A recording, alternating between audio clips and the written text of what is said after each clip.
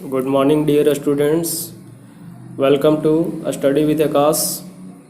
हम लोग आज क्लास 9 का भूगोल का 3 चैप्टर पढ़ने वाले हैं, जिसका नाम है अपवाह, जिसको इंग्लिश में हम लोग ड्रेनेज बोलते हैं। अपवाह का मतलब होता है बहाव।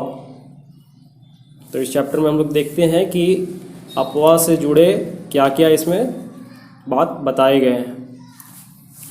तो सबसे पहले अपवाह क्या होता है?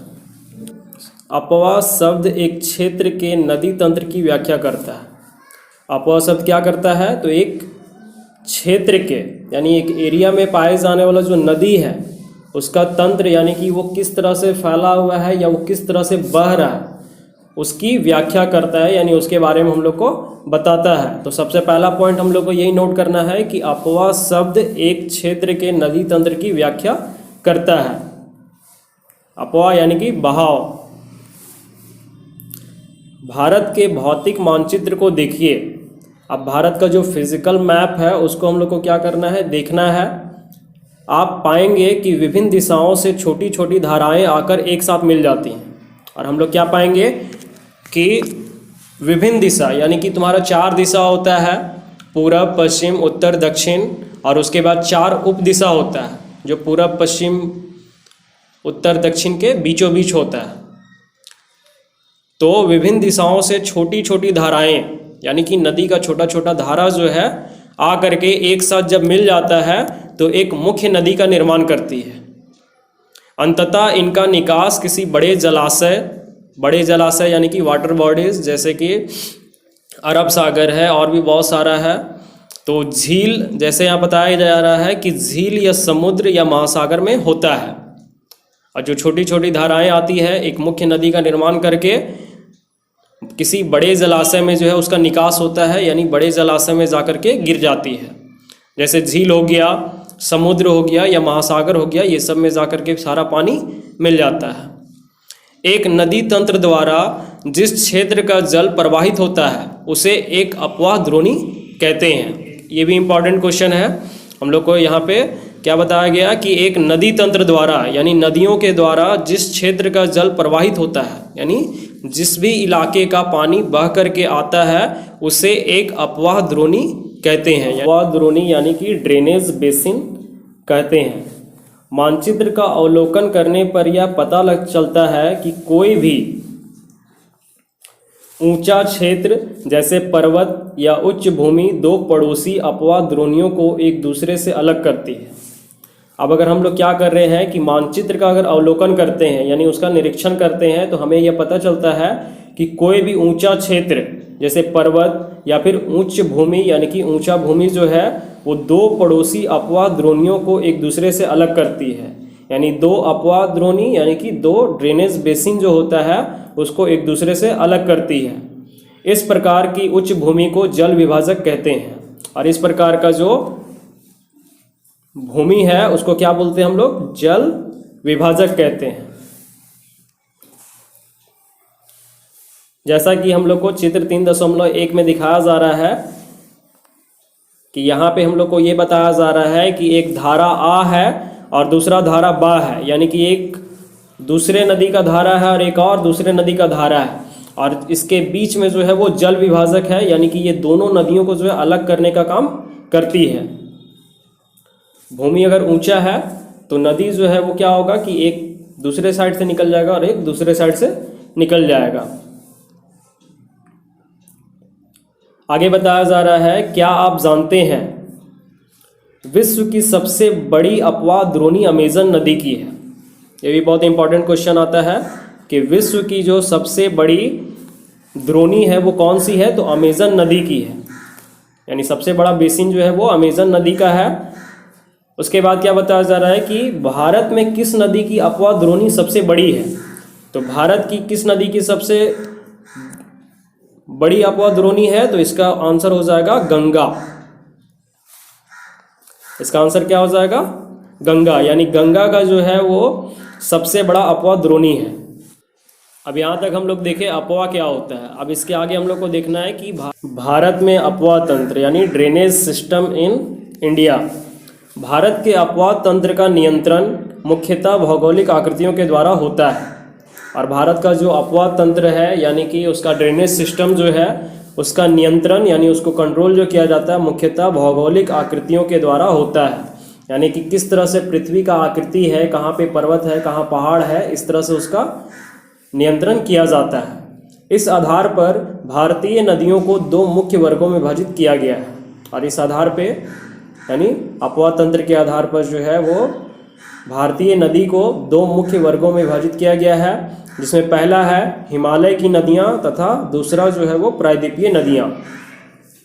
यानी हिमालय से निकलने वाला नदी और दूसरा प्रायद्वीपीय नदी यानी पेनिसुलर रिवर्स के बारे में जो हम लोग पीछे चैप्टर में पढ़े थे उसी के बारे में है। भारत के दो मुख्य भौगोलिक क्षेत्रों से उत्पन्न होने के कारण हिमालय तथा प्रायद्वीप नदियाँ एक दूसरे से भिन्न हैं।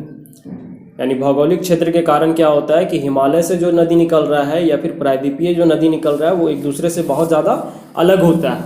और किस तरह से अलग होता है इसके नीचे हम लोग देखते हैं।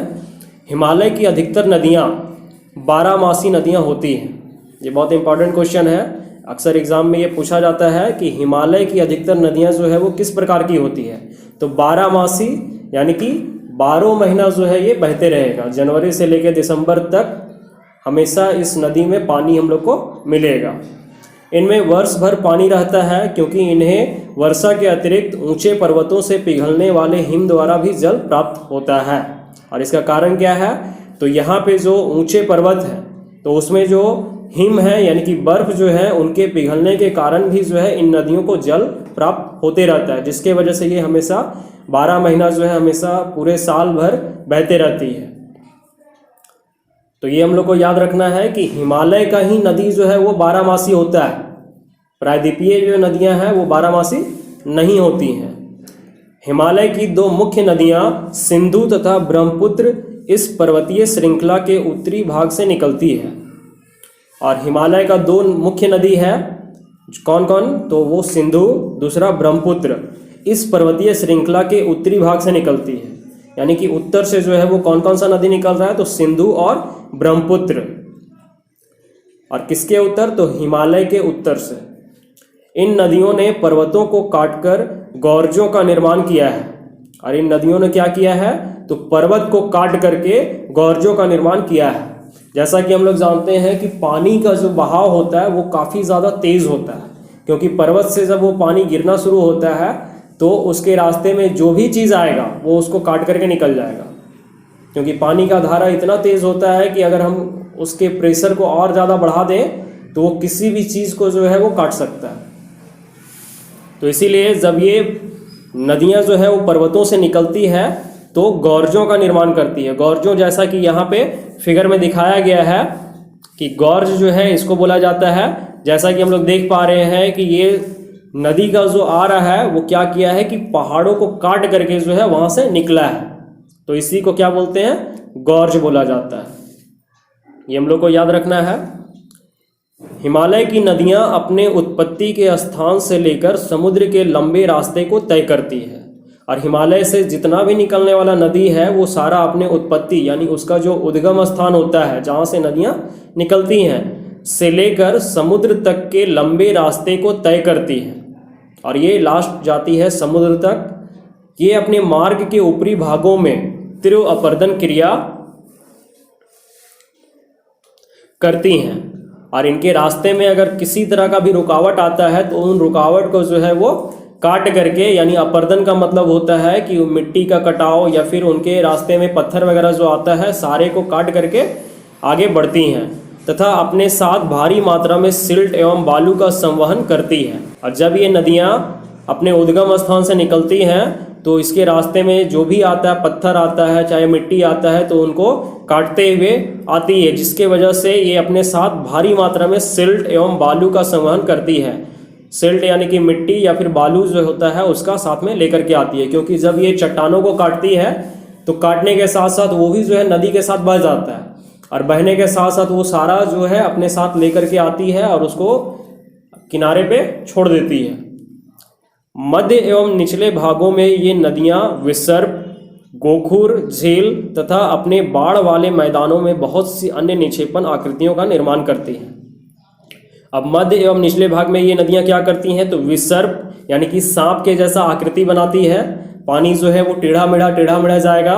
उसके बाद गोखुर झील, गोखुर यानी कि गाय का जो पैर होता है उसके जैसा जो है एक झील का निर्माण करती है, जिसको अभी हम लोग चित्र के माध्यम से समझेंगे, तथा अपने बाढ़ वाले मैदानों में बहुत सी अन्य निक्षेपण आकृतियों का निर्माण करती है।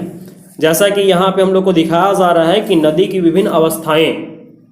अब नदी का जो विभिन्न अवस्थाएं हैं, तो सबसे पहले ऊपर भाग में जो है वो नदी का स्रोत है, नदी का स्रोत है, यानी कि नदी का उद्गम स्थान है जहाँ से नदी निकल रही है, तो इसको क्या बोलते हैं, ऊपरी भाग बोलते हैं। और हम लोग जैसा कि देख पा रहे हैं कि जहाँ से नदी जो निकल रहा है वो धीरे धीरे एकदम जो है वो पानी का बहाव काफ़ी ज़्यादा तेज़ है, लेकिन जैसे ही ये बीच में पहुँचता है, मध्य भाग में जब पहुँचता है, तो पानी का बहाव जो है वो थोड़ा सा कम होता है, पूरी तरह से जो है वो तेज़ी कम नहीं होता है, बहुत कम इसमें जो है स्पीड इसका कम होता है।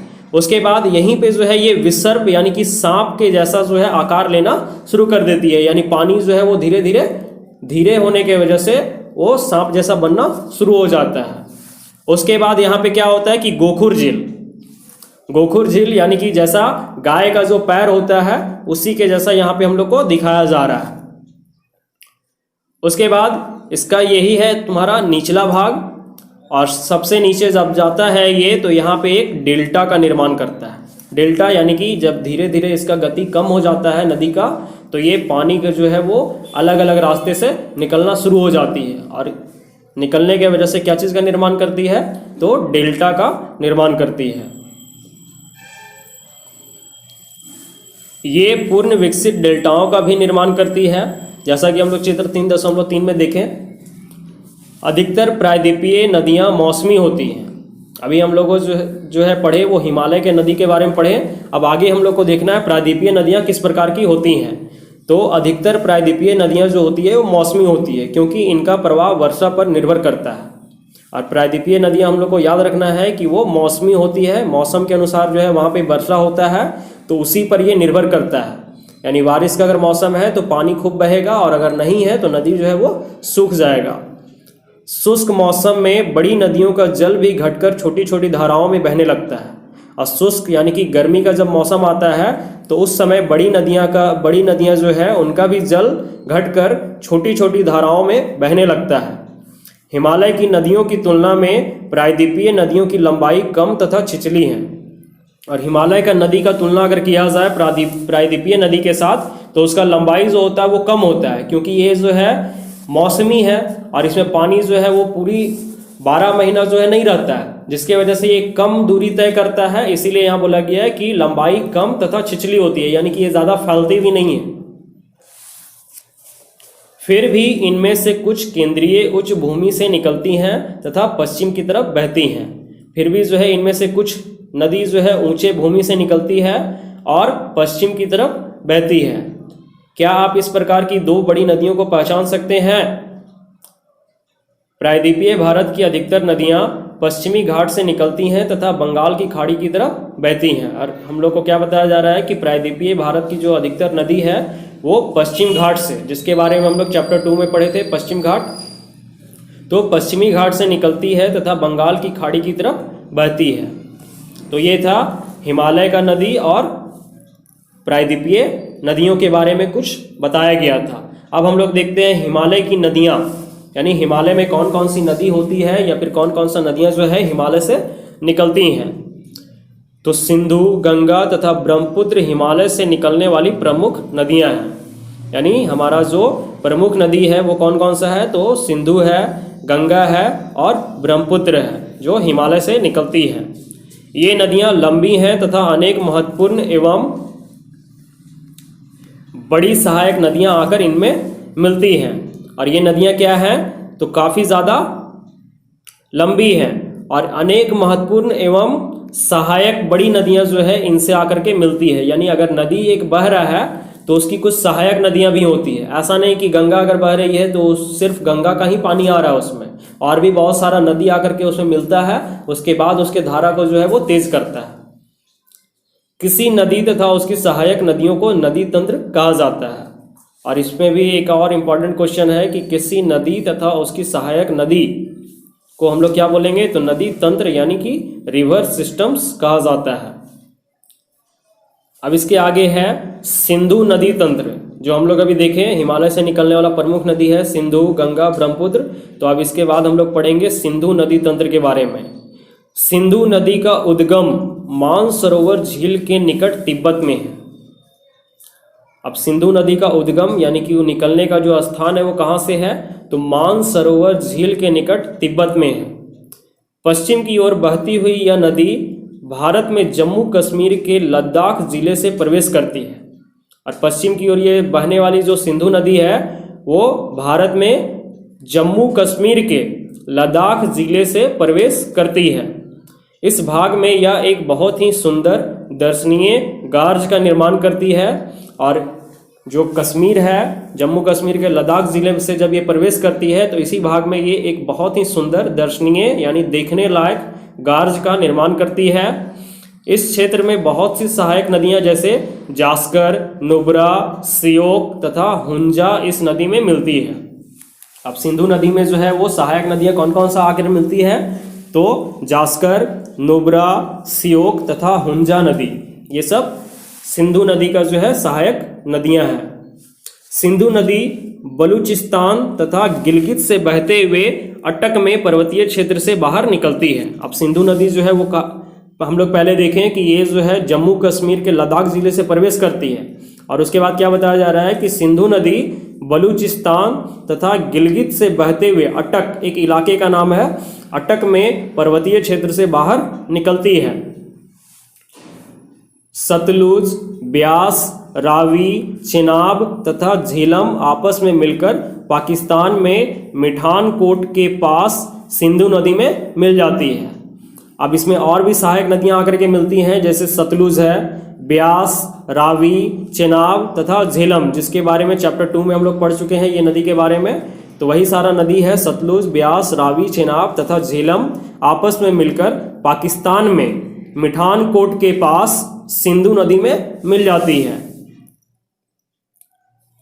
इसके बाद यह नदी दक्षिण की तरफ बहती है। अब जब ये पाकिस्तान में मिलने के बाद फिर ये नदी दक्षिण की तरफ बहती है तथा अंत में कराची से पूर्व की ओर अरब सागर में मिल जाती है। यानी कि ये मानसरोवर से निकल करके अंत में जो है वो कहाँ मिलती है, तो कराची से पूरब दिशा की ओर अरब सागर में मिल जाती है। सिंधु नदी के मैदान का ढाल बहुत धीमा है। और सिंधु नदी जो है उसका मैदान का ढाल यानी उसका स्लोप जो है वो बहुत धीमा है। सिंधु द्रोणी का 1/3 से कुछ अधिक भाग भारत के जम्मू कश्मीर, हिमाचल तथा पंजाब में तथा शेष भाग पाकिस्तान में स्थित है। ये इंपॉर्टेंट क्वेश्चन है कि सिंधु द्रोणी का 1/3 भाग यानी कि उसका 1/3 भाग जो है उसमें से कुछ भाग भारत के जम्मू कश्मीर, हिमाचल तथा पंजाब में तथा शेष भाग जो यानी जो बच जाता है वो सारा पाकिस्तान में स्थित है। 2900 किलोमीटर लंबी सिंधु नदी विश्व की लंबी नदियों में से एक है। और पूरी दुनिया का जितना भी नदी है उसमें सबसे ज़्यादा लंबा नदी जो है हम लोग का सिंधु नदी है। और कितना किलोमीटर है, तो 2900 किलोमीटर। ये हम लोग को एग्जाम में पूछा जाता है और हम लोग को ये याद रखना भी है। अब इसके आगे है, क्या आप जानते हैं सिंधु जल समझौता संधि के अनुच्छेदों 1960 के अनुसार भारत इस नदी प्रक्रम के संपूर्ण जल का केवल 20% जल उपयोग कर सकता है। क्या बताया जा रहा है कि सिंधु जल समझौता संधि यानी कि पाकिस्तान या फिर जितने भी जगह पे सिंधु नदी का जो है वो प्रवाह होता है वो सारे जगह से जो है वो भारत के लिए एक समझौता किया गया है कि सिंधु नदी का संपूर्ण जल का केवल 20% जल ही जो है वो भारत अपने उपयोग में ला सकता है। इस जल का उपयोग हम पंजाब, हरियाणा एवं राजस्थान के दक्षिण पश्चिम भागों में सिंचाई के लिए करते हैं। और सिंधु नदी के जल का उपयोग हम लोग किस लिए करते हैं, तो सिंचाई के लिए करते हैं। और कौन कौन से राज्य में, तो पंजाब, हरियाणा एवं राजस्थान के दक्षिण पश्चिम भाग में करते हैं। तो ये सब हम लोग को याद करना है क्योंकि यही सब एग्जाम में अक्सर पूछा जाता है।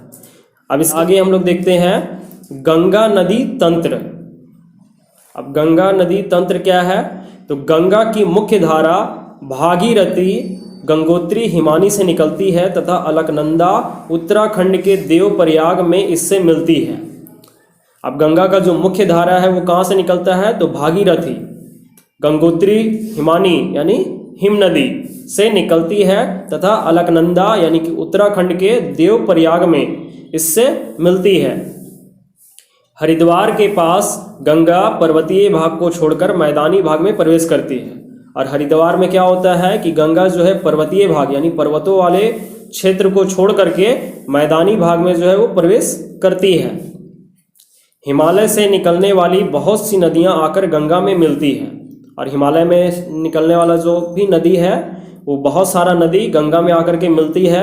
इनमें से कुछ प्रमुख नदियां हैं यमुना, घाघरा, गंडक तथा कोसी। और हिमालय से निकलने वाली नदियां जो है गंगा में आकर जो मिलती हैं उनमें से कुछ नदी का नाम यहाँ पे बताया गया है यमुना, घाघरा, गंडक तथा कोसी। इसको हम लोग याद कर लेंगे। यमुना नदी हिमालय के यमुनोत्री हिमानी से निकलती है। और यमुना नदी जो है हिमालय का किस हिम नदी से निकलती है, तो यमुनोत्री। जैसा कि गंगा के बारे में बताया गंगोत्री हिमानी से निकलती है, उसी तरह यमुना जो है यमुनोत्री हिमानी से निकलती है। यह गंगा के दाहिने किनारे के समानांतर बहती है तथा इलाहाबाद में गंगा में मिल जाती है। अब ये यमुना नदी जो है वो गंगा के दाहिने यानी राइट साइड जो है वो समानांतर यानी कि उसके बराबर में बहती है, लेकिन ये इलाहाबाद में आकर के गंगा से मिल जाती है। यानी कि इलाहाबाद में गंगा और यमुना का संगम हो जाता है। घाघरा, गंडक तथा कोसी नेपाल हिमालय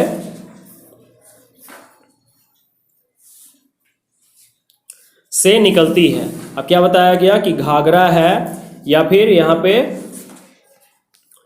गंडक, कोसी, ये सब नेपाल हिमालय से निकलती है। इसको हम लोग को याद रखना है कि घाघरा, गंडक, कोसी ये सब हिमालय से निकलती है। और किस हिमालय से, तो नेपाल हिमालय से, यानी नेपाल की तरफ जो हिमालय हमारा छोटा छोटा भाग फैला हुआ है उधर से जो है ये सारी नदियाँ निकलती हैं। इनके कारण प्रत्येक वर्ष उत्तरी मैदान के कुछ हिस्से में बाढ़ आती है, जिससे बड़े पैमाने पर जान माल का नुकसान होता है। लेकिन ये वे नदियां हैं जो मिट्टी को उपजाऊपन प्रदान कर कृषि योग्य भूमि बना देती है। अब इसमें क्या बताया जा रहा है कि जो कोसी है या गंडक है या फिर घाघरा नदी जो है ये सब क्या करता है कि नेपाल हिमालय से निकलता है, और इसके वजह से हर साल जो है उत्तरी मैदान के कुछ हिस्से में बाढ़ आती है, जिससे बड़े पैमाने पर जान माल का नुकसान होता है। क्योंकि बाढ़ जब आता है तो बहुत कुछ तबाह हो जाता है, जिसके वजह से बहुत अधिक मात्रा में यहाँ नुकसान होता है। लेकिन ये वे नदियाँ हैं जो मिट्टी को उपजाऊपन प्रदान कर कृषि योग्य भूमि बना देती है। बाढ़ तो आता है लेकिन इसका एक बेनिफिट भी होता है किसान लोग को कि मिट्टी को उपजाऊपन यानी फर्टाइल बना देता है, जिससे कृषि योग्य भूमि तैयार हो जाता है। प्रायद्वीपीय उच्च भूमि से आने वाली मुख्य सहायक नदियाँ चंबल, बेतवा तथा सोन है। अब प्रायद्वीपीय उच्च भूमि से आने वाला मुख्य सहायक नदियाँ कौन कौन सा है, तो चंबल है, बेतवा है और सोन है। सोन नदी जो बिहार में पड़ता है, ये अर्ध शुष्क क्षेत्रों से निकलती है। और ये नदियाँ जो है कहाँ से निकलती हैं, तो अर्ध शुष्क यानी कि जो आधा सूखा हुआ क्षेत्र है वहाँ से निकलती हैं। इनकी लंबाई कम तथा इनमें पानी की मात्रा भी कम होती है। और इनकी लंबाई कम यानी कि एक बहुत कम दूरी तक जाती हैं, और साथ ही साथ इनमें पानी का जो मात्रा होता है वो काफ़ी ज़्यादा कम होता है। अब क्या बोल रहा है, ज्ञात कीजिए कि ये नदियाँ कैसे तथा कहाँ गंगा में मिलती हैं। तो ये सब काम जो है हम लोग को करना है खुद से। इससे पहले हम लोग ज़रा देख लेते हैं कि क्या आप जानते हैं नमामि गंगे परियोजना एक एकीकृत संरक्षण मिशन है। इसमें राष्ट्रीय नदी गंगा से संबंधित 2 उद्देश्यों प्रदूषण के प्रभाव को कम करना तथा उसके संरक्षण और कायाकल्प को पूरा किया जा सके। अब एक परियोजना चलाया गया था नमामि गंगे परियोजना, और इस परियोजना का काम क्या था कि गंगा नदी जो है उसको प्रदूषण के प्रभाव से कम करना, यानी जिस तरह से गंगा नदी में गंदगी फैलाया जा रहा था तो उसको कम करने के लिए नमामि गंगे परियोजना का जो है वो मिशन चलाया गया था। और साथ ही साथ गंगा नदी के कायाकल्प या फिर उसके बचाव को जो है वो पूरा किया जा सके, इसलिए नमामि गंगे परियोजना चलाया गया था। इसके बारे में हम लोग और भी जानकारी जो है वो इस वेबसाइट में जाकर के प्राप्त कर सकते हैं। आगे है, बाएं तथा दाहिने किनारे की सहायक नदियों के जल से परिपूर्ण होकर गंगा पूर्व दिशा में पश्चिम बंगाल के फरक्का तक बहती है। अब बाएं तथा दाहिने किनारे की सहायक नदियां यानी गंगा नदी के लेफ्ट साइड और राइट साइड में जो उसकी सहायक नदियां हैं, इससे परिपूर्ण होकर यानी पूरी तरह भर करके गंगा पूर्व दिशा में पश्चिम बंगाल के फरक्का तक बहती है। यह गंगा डेल्टा का सबसे उत्तरी बिंदु है और यह जो गंगा है वो डेल्टा का सबसे उत्तरी बिंदु है यानी नॉर्थन पॉइंट है। यहाँ नदी दो भागों में बढ़ जाती है। अब यहाँ पे नदी क्या होता है कि दो भाग में बढ़ जाता है। अब कौन कौन सा भाग में बढ़ता है, तो सबसे पहला है भागीरथी हुगली, जो इसकी एक वितरिका है। वितरिका यानी कि दो आब दक्षिण की तरफ बहती है तथा डेल्टा के मैदान से होते हुए बंगाल की खाड़ी में मिल जाती है। अब ये जो दो भाग में बटी, तो इसमें पहला जो है वो भागीरथी हुगली है, जो इसका एक वितरिका है यानी कि दो आब है, जो दक्षिण की तरफ बहती है तथा डेल्टा के मैदान से होते हुए बंगाल की खाड़ी में मिल जाती है। मुख्य धारा दक्षिण की ओर बहती हुई बांग्लादेश में प्रवेश करती है और गंगा नदी का जो मुख्य धारा होता है वो दक्षिण की ओर बहती हुई बांग्लादेश में प्रवेश करती है एवं ब्रह्मपुत्र नदी इससे आकर मिल जाती है। यानी दक्षिण की तरफ जो है गंगा नदी का जब मुख्य धारा प्रवेश करते हुए बांग्लादेश में प्रवेश जब करती है तो इसमें ब्रह्मपुत्र नदी जो है आकर के मिल जाती है। अंतिम चरण में गंगा और ब्रह्मपुत्र समुद्र में विलीन होने से पहले मेघना के नाम से जानी जाती है। ये भी एक इम्पॉर्टेंट क्वेश्चन है कि जब गंगा और ब्रह्मपुत्र नदी जो है वो समुद्र में जब मिलने वाली होती है तो उसको मेघना के नाम से जाना जाता है। गंगा एवं ब्रह्मपुत्र के जल वाली या बृहद नदी बंगाल की खाड़ी में मिल जाती है और गंगा एवं ब्रह्मपुत्र का जल वाला जो ये बृहद नदी है यानी विशाल नदी है वो कहाँ जाके मिल जाता है, तो बंगाल की खाड़ी में। इन नदियों के द्वारा बनाए गए डेल्टा को सुंदरवन डेल्टा के नाम से जाना जाता है और गंगा और ब्रह्मपुत्र के द्वारा जो डेल्टा बनाया जाता है उसे सुंदरवन डेल्टा के नाम से जाना जाता है। क्या आप जानते हैं सुंदरवन डेल्टा का नाम वहाँ पाए जाने वाले सुंदरी पादप से लिया गया है। यानी सुंदरवन डेल्टा का जो नाम रखा गया है वो वहाँ पे सुंदरी पादप यानी कि सुंदर सुंदर पेड़ पौधे पाए जाते हैं, जिसकी वजह से इसका नाम रखा गया सुंदरवन डेल्टा। सुंदरवन डेल्टा विश्व का सबसे बड़ा एवं तेजी से वृद्धि करने वाला डेल्टा है। अब सुंदरवन डेल्टा कैसा है, तो पूरे दुनिया का सबसे बड़ा एवं तेजी से वृद्धि करने वाला डेल्टा है। यहाँ रॉयल बंगाल टाइगर भी पाए जाते हैं और यहाँ पे टाइगर का एक प्रजाति पाया जाता है जिसका नाम है रॉयल बंगाल टाइगर। तो ये सब हम लोग को याद रखना है। आगे है, गंगा की लंबाई 2500 किलोमीटर से अधिक है। जैसा कि हम लोग सिंधु का देखे थे 2900 किलोमीटर है और विश्व का सबसे बड़ा नदी सिंधु है, तो उसके बाद यहाँ पे गंगा की लंबाई जो है वो 2500 किलोमीटर से अधिक है और अगर इसका लगभग अगर माना जाए तो 2550 किलोमीटर होता है। अंबाला नगर सिंधु तथा गंगा नदी तंत्रों के बीच जल विभाजक पर स्थित है और ये कहाँ पे स्थित है गंगा नदी का अपवाह तंत्र, तो अंबाला नगर सिंधु तथा गंगा नदी तंत्रों के बीच जल विभाजक पर स्थित है। अंबाला से सुंदरवन तक मैदान की लंबाई लगभग 1800 किलोमीटर है, परंतु इसके ढाल में गिरावट मुश्किल से 300 मीटर है और अंबाला से सुंदरवन तक मैदान का जो लंबाई है गंगा नदी का वो करीब 1800 किलोमीटर है, परंतु इसके ढाल में गिरावट जो है वो मुश्किल से 300 मीटर ही है। दूसरे शब्दों में प्रति 6 किलोमीटर की दूरी पर ढाल में गिरावट केवल 1 मीटर है। यानी कि अगर 6 किलोमीटर का दूरी जो है वो नदी तय कर रहा है तो उसमें ढाल का गिरावट जो है करीब 1 किलोमीटर ही है। इसलिए इन नदियों में अनेक बड़े बड़े विसर्ग बन जाते हैं और यहाँ कहने का मतलब ढाल जो है वो स्लोप यानी कि इसका बहुत ज़्यादा धीमा गति होने के वजह से इन नदियों में क्या होते हैं कि अनेक बड़े बड़े विसर्ग बन जाते हैं, यानी पानी जो है बहुत ज़्यादा घूमते हुए जाती है। अब इसके आगे है ब्रह्मपुत्र नदी तंत्र। ब्रह्मपुत्र नदी तिब्बत की मानसरोवर झील के पूर्व तथा सिंधु एवं सतलुज के स्रोतों के काफ़ी नज़दीक से निकलती है। अब ब्रह्मपुत्र नदी वो कहाँ से निकल रहा है, तो तिब्बत की मानसरोवर झील के पूर्व तथा सिंधु एवं सतलुज के स्रोतों के काफ़ी नज़दीक से निकलती है। इसकी लंबाई सिंधु से कुछ अधिक है, परंतु इसका अधिकतर मार्ग भारत से बाहर स्थित है। अब ब्रह्मपुत्र नदी जो है वो सिंधु नदी से भी ज़्यादा लंबा है, लेकिन इसका अधिकतर भाग यानी कि ज़्यादातर भाग जो है या फिर ज़्यादातर मार्ग जो है इसका रास्ता वो भारत से बाहर में स्थित है। यह हिमालय के समानांतर पूर्व की ओर बहती है और यह हिमालय के पैरेलल में पूरब दिशा की ओर बहती है।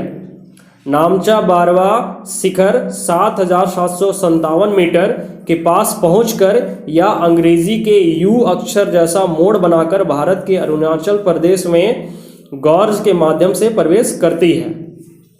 अब ब्रह्मपुत्र नदी जो है वो भारत में कैसे प्रवेश करती है, तो नामचा बारवा जो शिखर है, जो हम लोग हिमालय के बारे में पढ़े थे तो उस समय हिमाद्री में ये आता है। तो नामचा बारवा शिखर जो है उसका ऊंचाई 7,757 मीटर है।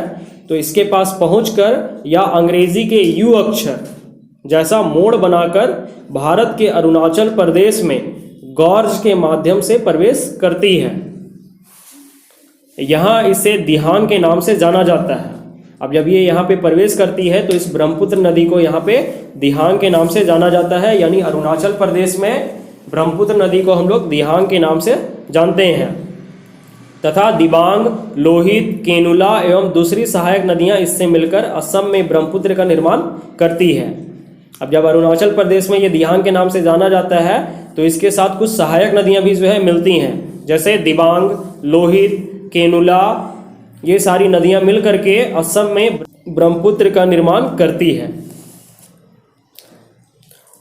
क्या आप जानते हैं ब्रह्मपुत्र को तिब्बत में सांगपो एवं बांग्लादेश में जमुना कहा जाता है। अब ब्रह्मपुत्र को तिब्बत में क्या कहा जाता है, तो सांगपो, और बांग्लादेश में जमुना कहा जाता है, यमुना नहीं जमुना। तिब्बत एक शीत एवं शुष्क क्षेत्र है। तिब्बत कैसा क्षेत्र है, तो एक शीत यानी कि ठंडा एवं शुष्क यानी सूखा क्षेत्र है। अतः यहाँ इस नदी में जल एवं सिल्ट की मात्रा बहुत कम होती है। इसलिए जब ब्रह्मपुत्र नदी जो है यहाँ पे आती है तो इसमें क्या होता है कि जल में जल भी कम होता है और साथ ही साथ सिल्ट की मात्रा जो है वो बहुत कम होती है। भारत में यह उच्च वर्षा वाले क्षेत्र से होकर गुजरती है। और भारत में ये किधर से गुजरती है, तो उच्च वर्षा वाले क्षेत्र यानी कि जहाँ पे सबसे अधिक मात्रा में वर्षा होती है वैसे इलाके से होकर गुजरती है।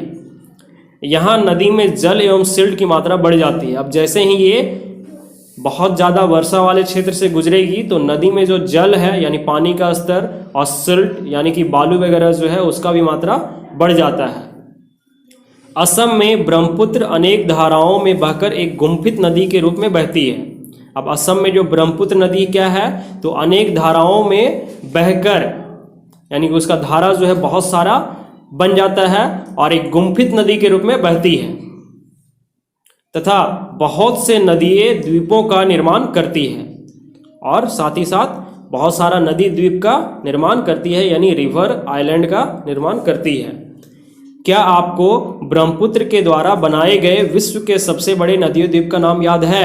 अब ब्रह्मपुत्र के द्वारा जो बनाया गया विश्व का सबसे बड़ा नदी द्वीप है उसका नाम क्या है, तो इसको छात्र स्वयं कर लें। प्रत्येक वर्ष वर्षा ऋतु में यह नदी अपने किनारों से ऊपर बहने लगती है एवं बाढ़ के द्वारा असम तथा बांग्लादेश में बहुत अधिक क्षति पहुंचाती है। और हर साल क्या होता है कि जब बारिश का मौसम आता है तो यह नदी अपने किनारों से ऊपर बहने लगती है, यानी इसका किनारा जो होता है पानी का स्तर बढ़ने की वजह से उसके ऊपर से बहने लगती है एवं बाढ़ के द्वारा असम तथा बांग्लादेश में बहुत अधिक क्षति पहुंचाती है। उत्तर भारत की अन्य नदियों के विपरीत ब्रह्मपुत्र नदी में सिल्ट निक्षेपण की मात्रा बहुत अधिक होती है और उत्तर भारत का जितना भी नदी है उसके विपरीत अगर देखा जाए तो ब्रह्मपुत्र नदी में सिल्ट निक्षेपण की मात्रा जो होती है वो काफ़ी ज़्यादा अधिक होती है। इसके कारण नदी की सतह बढ़ जाती है, यानी नदी में पानी जो है वो बढ़ जाता है, साथ ही साथ उसका मोटाई भी जो है धीरे धीरे बढ़ने लगता है और यह बार बार अपनी धारा के मार्ग में परिवर्तन लाती है। जैसे जैसे मिट्टी वगैरह बढ़ना शुरू हो जाएगा तो बीच बीच में वो जो है रिवर आइलैंड का निर्माण करेगी, यानी कि छोटे छोटे द्वीप बनाएगी, जिसके वजह से क्या होगा कि नदी का जो धारा है वो बार बार अपना रास्ता बदलते जाएगी, क्योंकि पानी को आज तक कोई रोक नहीं पाया है, पानी अपना दिशा खुद बना लेती है। तो इसीलिए जब भी उसको ऊंचा स्थान मिलेगा तो दूसरे रास्ते से जो है वो बन करके निकल जाएगी। अब इसके आगे है प्रायद्वीपीय नदियां। तो प्रायद्वीपीय भारत में मुख्य जल विभाजक का निर्माण पश्चिमी घाट द्वारा होता है, जो पश्चिमी तट के निकट उत्तर से दक्षिण की ओर स्थित है। अब प्रायद्वीपीय भारत में जो है मुख्य जल विभाजक का निर्माण पश्चिमी घाट के द्वारा होता है, जो कहाँ है तो पश्चिमी तट के निकट उत्तर से दक्षिण की ओर स्थित है। प्रायद्वीपीय भाग की अधिकतर मुख्य नदियाँ जैसे महानदी, गोदावरी, कृष्णा तथा कावेरी पूर्व की ओर बहती है तथा बंगाल की खाड़ी में गिरती है। अब प्रायद्वीपीय भाग का जो मुख्य नदी कौन कौन सा है तो महानदी, गोदावरी, कृष्णा तथा कावेरी पूरब की ओर बहती है तथा बंगाल की खाड़ी में जाकर के गिरती है। ये नदियां अपने मुहाने पर डेल्टा का निर्माण करती है। मुहाना यानी कि जहाँ पे ये गिरती है उसको बोला जाता है मुहाना। पश्चिमी घाट से पश्चिम में बहने वाली अनेक छोटी धाराएं हैं, और पश्चिम घाट से पश्चिम में बहने वाला अनेक नदी जो है उसका छोटा छोटा धारा है। नर्मदा एवं तापी दो ही बड़ी नदियां हैं जो कि पश्चिम की तरफ बहती हैं, यानी पश्चिम की तरफ बहने वाला दो बड़ा नदी है जिसका नाम है नर्मदा एवं तापी, और ज्वार नदमुख का निर्माण करती है। और ये दोनों बड़ी नदियां मिलकर के जो है वो ज्वार नदमुख का निर्माण करती है। प्रायद्वीपीय नदियों की अपवाद द्रोणियां आकार में अपेक्षाकृत छोटी होती है, यानी जितने भी प्रायद्वीपीय नदियां हैं उनका ड्रेनेज बेसिन जो होता है वो आकार में बहुत ज़्यादा छोटा होता है। अब इसके बाद नर्मदा द्रोणी यानी कि नर्मदा बेसिन के बारे में हम लोग पढ़ते हैं।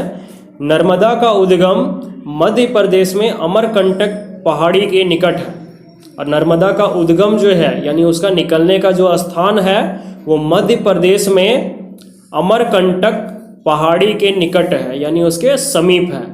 यह पश्चिम की ओर एक भ्रंश घाटी में बहती है, और यह किधर बहती है तो पश्चिम की ओर एक भ्रंश घाटी में बहती है। समुद्र तक पहुंचने के क्रम में यह नदी बहुत से दर्शनीय स्थलों का निर्माण करती है, और समुद्र तक ये पहुंचने के क्रम में क्या करती है कि बहुत सारे दर्शनीय स्थलों का यानी देखने लायक स्थल का जो है वो निर्माण करती है। जबलपुर के निकट संगमरमर के सैलों में यह नदी गहरे गार्ज से बहती है, और जबलपुर के समीप जो है ये संगमरमर का जो चट्टान होता है उसमें यह नदी गहरे गार्ज से बहती है, तथा जहाँ यह नदी तीनों ढाल से गिरती है वहाँ धुआंधार प्रपात का निर्माण करती है। और जहाँ पे ये नर्मदा नदी जो है बहुत तेज ढाल से जब गिरती है तो वहाँ पे धुआंधार प्रपात का निर्माण करती है, क्योंकि अगर पानी बहुत ज़्यादा ऊपर से गिरेगा तो वहाँ पे झाग का भी निर्माण होगा और साथ ही साथ धुआं भी उठेगा। हम लोग बहुत सारे टीवी वगैरह में देखे हैं कि पानी अगर बहुत ज़्यादा ऊंचा से गिर रहा है तो वहाँ पे हम लोग को लगेगा कि धुआं उठ रहा है, लेकिन वो धुआं जो है वो कैसा है तो पानी का है। तो इसीलिए यहाँ पे धुआंधार प्रपात का निर्माण करती है। नर्मदा की सभी सहायक नदियाँ बहुत छोटी हैं, और नर्मदा नदी का जितना भी सहायक नदियाँ हैं वो बहुत ज़्यादा छोटी है। इनमें से अधिकतर समकोण पर मुख्य धारा से मिलती हैं, और इनमें से जो अधिकतर है वो समकोण यानी 90 डिग्री पर मुख्य धारा से मिलती है। नर्मदा द्रोणी मध्य प्रदेश तथा गुजरात के कुछ भागों में विस्तृत है, और नर्मदा बेसिन जो है वो मध्य प्रदेश तथा गुजरात का जो कुछ भाग है उसमें फैला हुआ है। क्या आप जानते हैं नर्मदा नदी के संरक्षण के लिए मध्य प्रदेश सरकार द्वारा नमामि देवी नर्मदे नाम की एक योजना प्रारंभ की गई है। अब नर्मदा नदी को जो है बचाने के लिए मध्य प्रदेश सरकार द्वारा नमामि देवी नर्मदे नाम का एक योजना का शुरुआत किया गया था। इसके बारे में अगर हम लोग को बहुत ज़्यादा जानकारी चाहिए तो नीचे दिए गए वेबसाइट पे जाकर के आप पता कर सकते हैं। अब इसके आगे है तापी द्रोणी यानी तापी बेसिन के बारे में। तापी एक नदी का नाम है जिसके बेसिन के बारे में हम लोग पढ़ेंगे। तापी का उद्गम मध्य प्रदेश के बैतूल जिले में सतपुड़ा की श्रृंखलाओं में है। अब तापी नदी का जो उद्गम स्थान है यानी निकलने का जो उसका स्थान है वो कहाँ से है, तो मध्य प्रदेश के बैतूल जिले में सतपुड़ा की श्रृंखलाओं में है।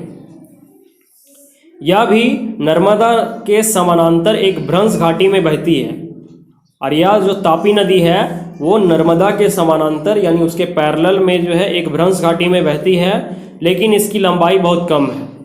लेकिन तापी नदी का लंबाई जो है वो काफ़ी ज़्यादा कम है।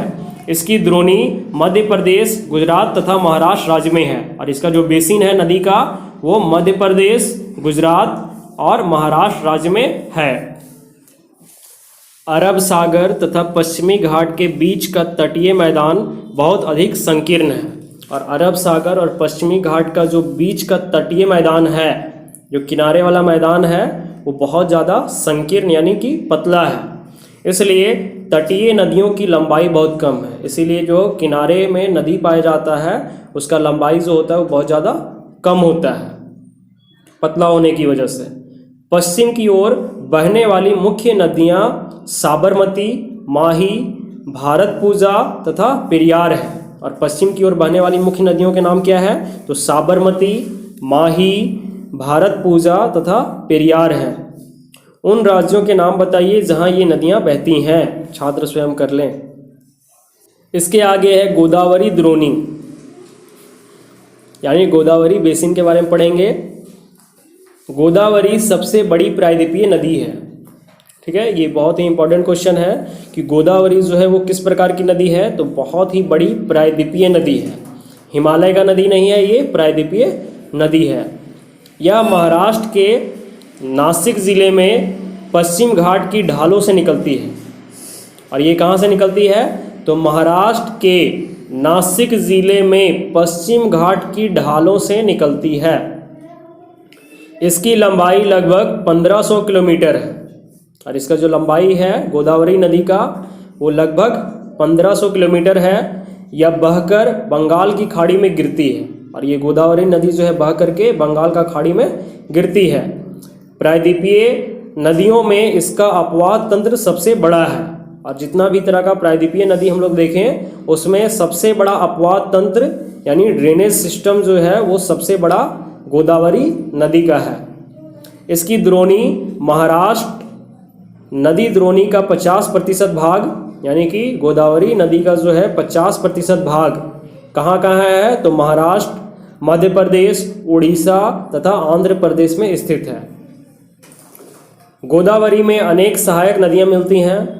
अब जितनी भी नदियाँ हैं सब में कुछ ना कुछ सहायक नदियाँ मिलती हैं, लेकिन इसमें भी जो है वो कुछ नदियाँ का नाम बताया गया है, जैसे पूर्णा, वर्धा, प्राणहिता, मांजरा, वेनगंगा तथा पेनगंगा। ये सारा सहायक नदी का नाम है। इनमें से अंतिम तीनों सहायक नदियाँ बहुत बड़ी हैं और इसमें जो सबसे अंतिम में 3 सहायक नदियाँ आ रही हैं जैसे मांजरा, वेनगंगा और पेनगंगा, ये तीनों नदी जो है वो बहुत बड़ी है।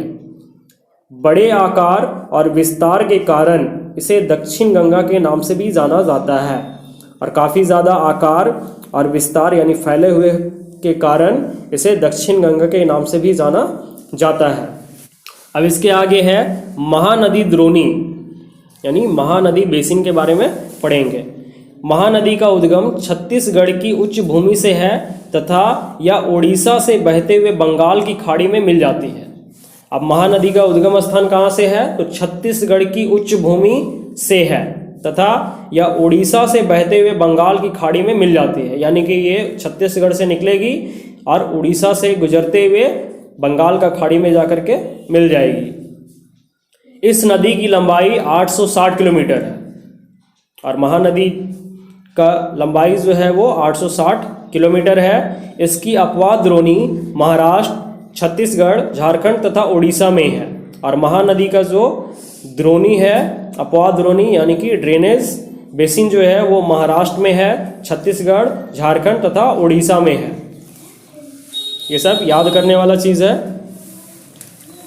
इसके आगे है कृष्णा द्रोणी यानी कृष्णा बेसिन। महाराष्ट्र के पश्चिमी घाट में महाबालेश्वर के निकट एक स्रोत से निकलकर कृष्णा लगभग 1400 किलोमीटर बहकर बंगाल की खाड़ी में गिरती है। अब महाराष्ट्र के पश्चिमी घाट में महाबालेश्वर के निकट एक स्रोत से निकलकर कृष्णा लगभग 1400 किलोमीटर बहकर, यानी 1400 किलोमीटर लगभग जो है ये बहने के बाद बंगाल की खाड़ी में जाकर के गिरती है। तुंगभद्रा, कोयना, घाटप्रभा, मूसी तथा भीमा इसकी कुछ सहायक नदियां हैं। अब इसके भी कुछ सहायक नदी है, जैसे तुंगभद्रा, कोयना, घाटप्रभा, मूसी तथा भीमा। इसकी द्रोणी महाराष्ट्र, कर्नाटक तथा आंध्र प्रदेश में फैली है। और इसका जो बेसिन है वो कहाँ कहाँ फैला हुआ है, तो महाराष्ट्र, कर्नाटक और आंध्र प्रदेश में फैला हुआ है। अब इसके आगे कावेरी द्रोणी यानी कावेरी बेसिन। कावेरी पश्चिमी घाट के ब्रह्मगिरि श्रृंखला से निकलती है। और कावेरी नदी जो है वो कहाँ से निकलती है, तो पश्चिमी घाट के ब्रह्मगिरि श्रृंखला से निकलती है तथा तमिलनाडु में कुडलूर के दक्षिण में बंगाल की खाड़ी में मिल जाती है। और ब्रह्मगिरि से निकल करके तमिलनाडु में कुडलूर के दक्षिण में बंगाल की खाड़ी में मिल जाती है। इसकी लंबाई 760 किलोमीटर है। इसकी प्रमुख सहायक नदियां हैं अमरावती, भवानी, हेमावती तथा काबिनी। और कावेरी नदी का जो है वो सहायक नदी क्या क्या है, अमरावती, भवानी, हेमावती और काबिनी। इसकी द्रोणी तमिलनाडु, केरल तथा कर्नाटक में विस्तृत है। और इसका जो बेसिन है वो कहाँ कहाँ फैला हुआ है, तो तमिलनाडु में, केरल में और कर्नाटक में। क्या आप जानते हैं भारत में दूसरा सबसे बड़ा जलप्रपात कावेरी नदी बनाती है, यानी दूसरा जो सबसे बड़ा जलप्रपात है वो कौन बनाती है, तो कावेरी नदी बनाती है। इसे शिव समुद्रम के नाम से जाना जाता है। और ये जो सबसे बड़ा जलप्रपात जो बनाती है कावेरी नदी, उसे शिव समुद्रम के नाम से जाना जाता है। प्रपात द्वारा उत्पादित विद्युत मैसूर, बंगलोर तथा कोलार स्वर्ण क्षेत्र को प्रदान की जाती है। और प्रपात के द्वारा जो उत्पादित विद्युत है यानी बिजली, वो किसे दिया जाता है, तो मैसूर, बंगलोर तथा कोलार स्वर्ण क्षेत्र को प्रदान की जाती है। यानी कि यहाँ पे जो है बिजली का उत्पादन किया जाता है। जलप्रपात का मतलब होता है जो बहुत ऊंचे ऊंचे पहाड़ों से होकर के नीचे झरने की तरह गिरता है, उसे ही जलप्रपात कहा जाता है। तो यहाँ पे बिजली का उत्पादन होता है, टरबाइन लगा दिया जाता है जिससे बिजली उत्पादन होता है। और कहाँ कहाँ इसका सप्लाई होता है, तो मैसूर, बंगलोर और कोलार स्वर्ण क्षेत्र में। अब आगे बता रहा है कि भारत का सबसे बड़ा जल स्रोत जलप्रपात कौन सा है, तो ढूंढ लेंगे खुद। इन बड़ी नदियों के अतिरिक्त कुछ छोटी नदियां हैं। और ये जो बड़ा बड़ा नदी का बात बताया गया, तो इसके अतिरिक्त कुछ छोटा छोटा नदी भी है जो पूर्व की तरफ बहती है, यानी पूर्व दिशा की ओर बहती है। दामोदर, ब्राह्मणी, वैतरणी तथा सुवर्ण रेखा कुछ महत्वपूर्ण उदाहरण है। यानी छोटी छोटी नदियों के उदाहरण क्या क्या है, तो पहला है दामोदर, दूसरा ब्राह्मणी, तीसरा वैतरणी, चौथा जो है वो सुवर्ण रेखा कुछ महत्वपूर्ण उदाहरण है। अपने एटलस में इनकी स्थिति ज्ञात कीजिए। एटलस मानचित्र का एक किताब होता है, उसमें हम लोग को ये देखना है। आगे है, क्या आप जानते हैं पृथ्वी के धरातल का लगभग 71% भाग जल से ढका है। ये तो सबको जानता होगा कि पृथ्वी का जो धरातल है यानी पूरा भूमि जो है वो लगभग 71% भाग जल से ढका है, लेकिन इसका 97% जल लवणीय है।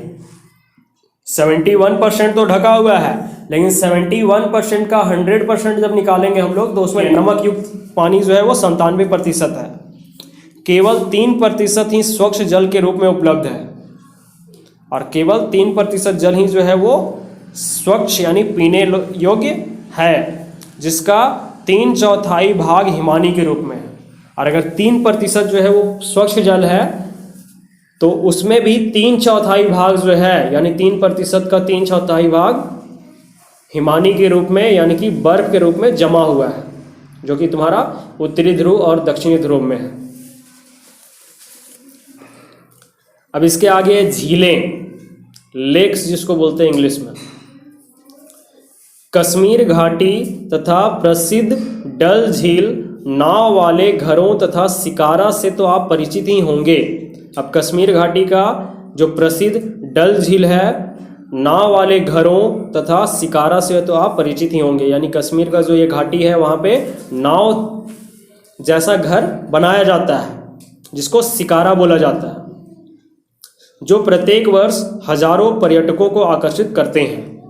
और हर साल जो है वो 1000 पर्यटक यानी ट्रैवलर्स जो है यहाँ पे घूमने के लिए जाते हैं। इसी प्रकार आप अन्य झील वाले स्थानों पर भी गए होंगे तथा वहाँ नौकायान, तैराकी एवं अन्य जलीय खेलों का आनंद लिया होगा।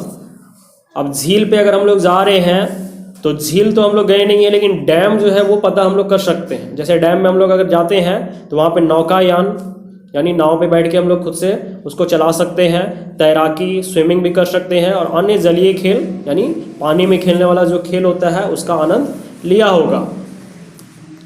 कल्पना कीजिए अगर कश्मीर, नैनीताल एवं दूसरे पर्यटन स्थलों पर झीलें नहीं होती तब क्या वे उतना ही आकर्षित करते जितना कि आज करते हैं।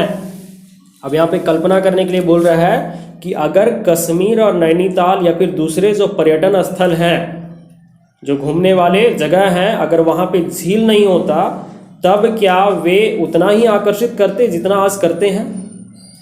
तो मेरे ख्याल से नहीं करते, क्योंकि लोग वहाँ पे अधिकतर झील वगैरह ही देखने के लिए जाते हैं। क्या आपने कभी यह जानने की कोशिश की है कि इन पर्यटकों को आकर्षित करने के लिए किसी स्थान पर झीलों का क्या महत्व है। पर्यटकों के आकर्षण के अतिरिक्त मानव के लिए अन्य कारणों से भी झीलों का महत्व है। अब क्या बताया जा रहा है कि पर्यटक जो ट्रैवलर्स हैं उनके आकर्षण के अतिरिक्त मानव के लिए अन्य कारणों से भी झीलों का महत्व है। यानी कि लोग घूमने के लिए तो झील के पास जाते ही हैं, लेकिन झील का जो है वो मानव के लिए और भी अलग कामों के लिए उपयोग में लाया जाता है। पृथ्वी की सतह के गर्त वाले भागों में जहाँ जल जमा हो जाता है उसे झील कहते हैं। अब पृथ्वी का सतह जो है जहाँ पे बहुत ज़्यादा गड्ढा पाया जाता है, अगर उस भाग में पानी जाकर के जमा हो जाता है तो उसे क्या बोलते हैं, झील बोलते हैं। क्या आप जानते हैं बड़े आकार वाली झीलों को समुद्र कहा जाता है, जैसे कैस्पियन, मृत तथा अरल सागर। ठीक है, जो बहुत ज़्यादा बड़े आकार वाले झील होते हैं उनको समुद्र कहा जाता है, जैसे कैस्पियन हो गया, मृत हो गया और अरल सागर। भारत में भी बहुत सी झीलें हैं और भारत में भी जो है बहुत सारा झील है। ये एक दूसरे से आकार तथा अन्य लक्षणों में भिन्न है। और ये एक दूसरे से किस तरह से अलग है, तो आकार और बहुत ज़्यादा इनका जो लक्षण होता है उस पर ये अलग है। अधिकतर झीलें अस्थायी होती हैं तथा कुछ में केवल वर्षा ऋतु में ही पानी होता है। अब अधिकतर झील जो होता है वो अस्थायी होता है, यानी परमानेंट, हमेशा उसमें पानी रहेगा। लेकिन कुछ ऐसे झील भी होते हैं जिनमें केवल वर्षा ऋतु यानी बारिश का जब मौसम आएगा तो उसी समय उसमें पानी होता है, जैसे अंतर्देशीय अपवाह वाले अर्ध शुष्क क्षेत्रों की द्रोणी वाली झीलें। अब उदाहरण में बताया है कि कौन सा झील होगा, तो अंतर्देशीय अपवाह वाले अर्ध शुष्क क्षेत्रों की द्रोणी वाली झीलें। यहाँ कुछ ऐसी झीलें हैं जिनका निर्माण हिमानियों एवं बर्फ चादर की क्रिया के फलस्वरूप हुआ है। अब यहाँ पे कुछ ऐसा भी झील है जिनका निर्माण किससे हुआ है, तो हिमानियों यानी कि जो हिम नदी होता है, बर्फ का नदी, एवं बर्फ चादर की क्रिया के फलस्वरूप हुआ है। यानी कि बर्फ का जो चादर है पिघलने के कारण झील का निर्माण हुआ है। जबकि कुछ अन्य झीलों का निर्माण वायु, नदियों एवं मानवीय क्रियाकलापों के कारण हुआ है। और जबकि कुछ अन्य झील जो है उनका निर्माण कैसे हुआ है, तो वायु यानी कि हवा के कारण, नदी के कारण और मानवीय क्रियाकलाप यानी कि मानव के द्वारा जो क्रियाकलाप किया जाता है उसके कारण भी हुआ है। यानी मानव जो है अपने काम के लिए कुछ गड्ढे करके छोड़ देता है, तो वहाँ पे अगर पानी जमा हो गया तो वही क्या बन गया, झील बन गया। एक विसर्प नदी बाढ़ वाले क्षेत्रों में कटकर गौखुर झील का निर्माण करती है, और एक विसर्प नदी जो बहुत ज़्यादा टेढ़ा मेढ़ा नदी होता है वो बाढ़ वाले क्षेत्रों में, यानी जहाँ पे बहुत ज़्यादा अधिक मात्रा में बाढ़ आता है वैसे इलाकों में कटकर गौखुर झील का निर्माण करती है। गौखुर यानी कि गाय के पैर जैसा झील का निर्माण करती है। स्पीट तथा बार यानी कि रोधिका तटीय क्षेत्रों में लैगून का निर्माण करते हैं, जैसे चिल्का झील, पुलिकट झील तथा कोलेरू झील। अंतर्देशीय भागों वाली झीलें कभी कभी मौसमी होती है, और अंतर्देशीय वाली जो झीलें होती हैं वो क्या होती है, तो कभी कभी मौसमी होती है। उदाहरण के लिए राजस्थान की सांभर झील, राजस्थान का सांभर झील जो कि एक लवण जल वाली झील है। उदाहरण के लिए यहाँ बताया गया सांभर झील जो कैसा झील है, तो लवण यानी नमक वाला झील जो है ये। इसके जल का उपयोग नमक के निर्माण के लिए किया जाता है, और ये सांभर झील का जो है हम लोग उपयोग किस लिए करते हैं, तो नमक के निर्माण के लिए करते हैं। ये सब हम लोग को याद रखना है, सांभर झील का उपयोग नमक बनाने के लिए किया जाता है। मीठे पानी की अधिकांश झीलें हिमालय क्षेत्र में हैं, और जो मीठे पानी का झील है वो कहाँ है, तो हिमालय के इलाके में है। ये मुख्यतः हिमानी द्वारा बनी है। ये किस के द्वारा बनी है, तो हिम नदी के द्वारा बनी है। दूसरे शब्दों में ये तब बनी जब हिमानियों ने या कोई द्रोणी गहरी बनाई जो बाद में हिम पिघलने से भर गई, या किसी क्षेत्र में शिलाओं अथवा मिट्टी से हिमानी मार्ग बंध गए। अब दूसरे शब्दों में क्या बताया जा रहा है कि ये जो हिम नदी था, मीठा वाला मीठा झील जो है वो कैसे बना, तो हिमानियों ने यानी हिम नदी ने या फिर कोई द्रोणी यानी कि कोई बेसिन जब गहरी बनाई, यानी उसमें गड्ढे हो गए, तो बाद में जब बर्फ़ जो है पिघलना शुरू किया तो उससे पानी जो है उसमें भर गया, या किसी क्षेत्र में शिलाओं यानी पत्थरों अथवा मिट्टी से हिमानी मार्ग बंध गए, यानी कि हिम नदी का रास्ता जो है वो बंध गया, तो यहाँ पे मीठे पानी का झील का निर्माण हुआ। इसके विपरीत जम्मू तथा कश्मीर की उलर झील भूगर्भीय क्रियाओं से बनी है। यार उलर झील जो है वो भारत का सबसे बड़ा झील है, ठीक है, विश्व का नहीं। यह भारत की सबसे बड़ी मीठे पानी वाली प्राकृतिक झील है, और ये उलर झील जो है वो क्या है, तो भारत का सबसे बड़ा मीठे पानी वाली प्राकृतिक झील है, यानी कि नेचुरल, इसको कोई बनाया नहीं है, ये खुद से बना हुआ है। डल झील, भीमताल, नैनीताल, लोकताक तथा बड़ा पानी कुछ अन्य महत्वपूर्ण मीठे पानी की झीलें हैं, और बहुत सारा और भी मीठा पानी का झील है। डल झील, भीमताल, नैनीताल, लोकताल और बड़ा पानी, ये सब हम लोग को याद रखना है कि मीठे पानी का झील जो है डल झील, भीमताल, नैनीताल, लोकताल और बड़ा पानी, और सबसे बड़ा उलर झील, और वो भारत का सबसे बड़ा झील। इसके अतिरिक्त जल विद्युत उत्पादन के लिए नदियों पर बांध बनाने से भी झील का निर्माण हो जाता है। और इसके अलावा क्या बताया जा रहा है कि जल विद्युत यानी कि बिजली उत्पादन के लिए नदियों पर बांध बनाने से भी झील का निर्माण हो जाता है, जैसे गुरु गोविंद सागर भाखड़ा नंगल परियोजना। यानी उदाहरण के लिए यहाँ पे कौन सा झील का नाम बताया है कि गुरु गोविंद सागर। अब क्रियाकलाप है एक कि एटलस की सहायता से प्राकृतिक तथा मानव निर्मित झीलों की सूची तैयार कीजिए। छात्र इनको स्वयं कर लेंगे। झीलें मानव के लिए अत्यधिक लाभदायक होती है, और जितने भी झील होते हैं वो मनुष्य के लिए काफ़ी ज़्यादा लाभदायक होता है। एक झील नदी के बहाव को सुचारू बनाने में सहायक होती है, और एक झील क्या करती है तो नदी का जो बहाव होता है उसको सुचारू बनाने के लिए यानी सही तरीके से बहने के लिए सहायक होती है। अत्यधिक वर्षा के समय यह बाढ़ को रोकती है तथा सूखे के मौसम में यह पानी के बहाव को संतुलित करने में सहायता करती है। अब झील का काम क्या है तो सबसे पहले बाढ़ को जो है वो नियंत्रित करती है, यानी बाढ़ आने से रोकती है, क्योंकि अगर बाढ़ आता है तो ज़्यादातर पानी जो है वो झील में जमा हो जाता है, जिसकी वजह से उस क्षेत्र में फिर बाढ़ आने से बच जाता है।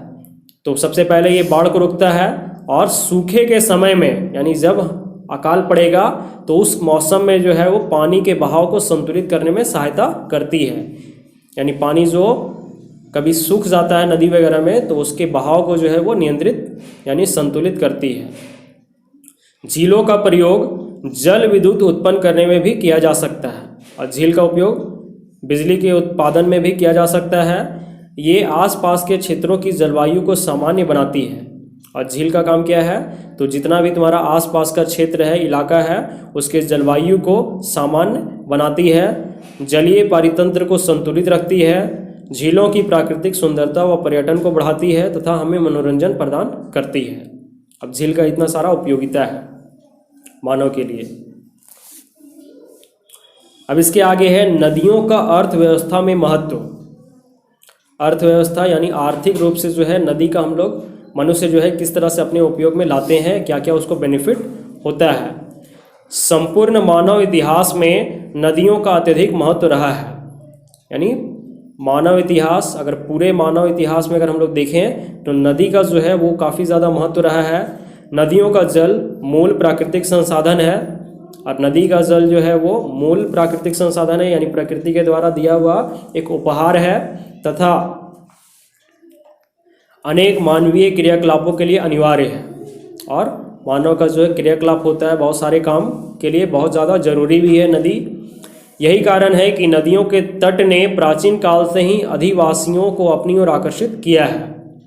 और यही कारण क्या है, तो नदी का जो तट है, किनारा, वो प्राचीन काल से ही यानी पुराने समय से ही अधिवासियों यानी कि लोगों को अपनी ओर आकर्षित किया है। ये गांव अब बड़े शहरों में परिवर्तित हो चुके हैं, और ये गांव जो नदी के किनारे बसे हुए थे वो क्या हो गए, तो बड़े बड़े शहर में बदल चुके हैं। अपने राज्य के उन शहरों की एक सूची तैयार कीजिए जो नदी के किनारे स्थित हैं। अब जब नदी के किनारे जैसे पटना है, मुंबई है, बनारस है, इलाहाबाद है, ये सब क्या है, शहर है।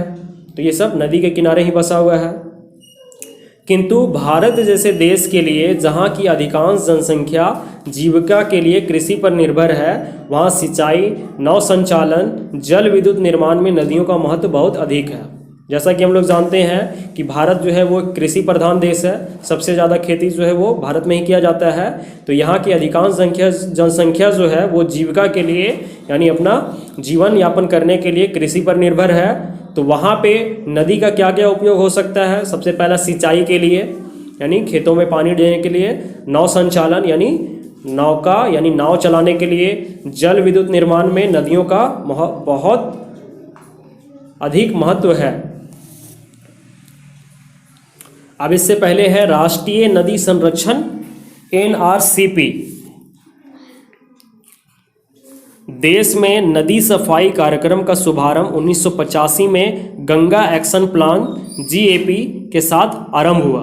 अब देश में सबसे पहला जो कार्यक्रम का शुभारंभ हुआ था वो 1985 में किया गया था, और किसको साफ करने के लिए, तो गंगा नदी को साफ करने के लिए। वर्ष 1995 में राष्ट्रीय नदी संरक्षण योजना NRCP के तहत अन्य नदियों को जोड़ने के लिए गंगा कार्य योजना का विस्तार किया गया। अब वर्ष 1995 में राष्ट्रीय नदी संरक्षण योजना जो है वो चालू किया गया था, तो उसके तहत जितनी भी नदियां हैं उसको गंगा से जोड़ने के लिए जो है ये योजना का शुभारंभ किया गया था। नदियां देश में जल का प्रमुख स्रोत हैं, और जितनी भी नदियां हैं वो किसी भी देश में जल का प्रमुख स्रोत हैं। NRCP का उद्देश्य नदियों के जल में प्रदूषण को कम करके उस जल की गुणवत्ता में सुधार करना है। अब NRCP का क्या उद्देश्य है, यानी कि राष्ट्रीय नदी संरक्षण योजना का जो उद्देश्य था कि नदी के जल में प्रदूषण को कम करके और उसकी गुणवत्ता यानी उसके जल की गुणवत्ता में सुधार करना है। और इसके बारे में अगर आप और भी डिटेल चाहिए तो इस वेबसाइट पे जाकर के पता कर सकते हैं। अब इसके आगे है नदी प्रदूषण, यानी नदी में जो गंदगी फैल रहा है वो कैसे फैल रहा है। तो नदी जल की घरेलू, औद्योगिक तथा कृषि में बढ़ती मांग के कारण इसकी गुणवत्ता प्रभावित हुई है। और नदी का जो है वो जल घरेलू उपयोग यानी घरों में कामकाज के लिए, औद्योगिक यानी कि बड़े बड़े फैक्ट्री वगैरह में उपयोग के लिए, और कृषि यानी खेती में बढ़ती मांग के कारण इसकी गुणवत्ता प्रभावित हुई है। इसके परिणाम स्वरूप नदियों से अधिक जल की निकासी होती है, यानी बहुत ज़्यादा नदी से जो है जल का उपयोग किया जाता है तथा इनका आयतन घटता जाता है और धीरे धीरे इनका जो स्तर है पानी का लेयर वो धीरे धीरे घटता जाता है। दूसरी ओर उद्योगों का प्रदूषण तथा अपरिष्कृत कचरे नदी में मिलते रहते हैं। जैसा कि हम लोग जानते हैं कि बड़े बड़े कारखाने जो होते हैं या फिर हमारा जो गटर वगैरह है, नाला वगैरह भी जो है वो क्या किया जाता है कि नदियों में बहा दिया जाता है, यानी कि जितना भी कचरा वगैरह है सारा कहाँ जाएगा तो नदी में जाएगा, जिसके वजह से क्या हो रहा है कि नदी प्रदूषित होते जा रहे हैं। या केवल जल की गुणवत्ता को ही नहीं बल्कि नदी के स्वतः स्वच्छीकरण की क्षमता को भी प्रभावित करता है। और ये क्या कर रहा है, जितना भी गंदगी हम लोग फैला रहे हैं नदी में वो सारा जल की गुणवत्ता को ही नहीं बल्कि नदी के स्वतः स्वच्छीकरण यानी जो नदी अपने आप जो साफ हो जाया करती है उसकी क्षमता को भी प्रभावित करता है। उदाहरण के लिए दिए गए समुचित जल प्रवाह में गंगा का जल लगभग 20 किलोमीटर क्षेत्र में फैले बड़े शहरों की गंदगी को तनु करके समाहित कर सकता है। उदाहरण के लिए क्या बताया गया कि दिए गए समुचित जल प्रवाह में गंगा का जल लगभग 20 किलोमीटर क्षेत्र में फैले बड़े शहरों की गंदगी को तनु करके समाहित कर सकता है, यानी साफ कर सकता है 20 किलोमीटर के क्षेत्र को खुद वो कर सकता है। लेकिन लगातार बढ़ते हुए औद्योगिकरण एवं शहरीकरण के कारण ऐसा संभव नहीं हो पाता। लेकिन ऐसा क्यों नहीं हो पा रहा है, क्योंकि लगातार जो औद्योगिकरण बढ़ रहा है यानी उद्योग वगैरह जो बढ़ते जा रहे हैं, तरह तरह के फैक्ट्री लग रहे हैं, एवं शहरीकरण यानी शहरों का जो बहुत ज़्यादा निर्माण हो रहा है, यानी लोग गाँव को छोड़ करके शहर में बस रहे हैं, तो इसके कारण जो है ऐसा संभव नहीं हो पाता है।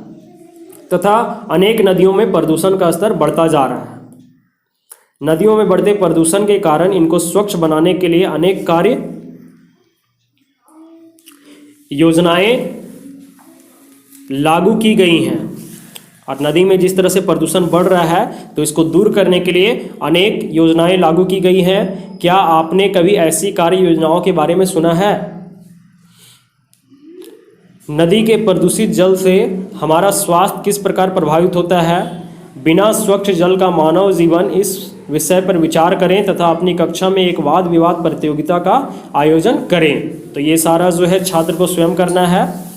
और जैसा कि हम लोग जानते हैं कि बहुत से लोग ऐसे होते हैं कि घर का सारा कचरा जो है वो नदी में फेंक दिए, अपने जानवरों को भी जो है नदी में ले गए, वहाँ पे नहला दिए, अपना बड़ा बड़ा गाड़ी वगैरह भी जो है वहीं पे जाके धो दिए। तो इससे क्या हो रहा है कि नदी का जल जो है वो काफ़ी ज़्यादा प्रदूषित होते जा रहा है। तो इसको साफ सफाई करने के लिए मानव को ही आगे आना पड़ेगा, क्योंकि गंदगी फैलाने वाला मानव है तो साफ करने वाला भी मानव ही होना चाहिए।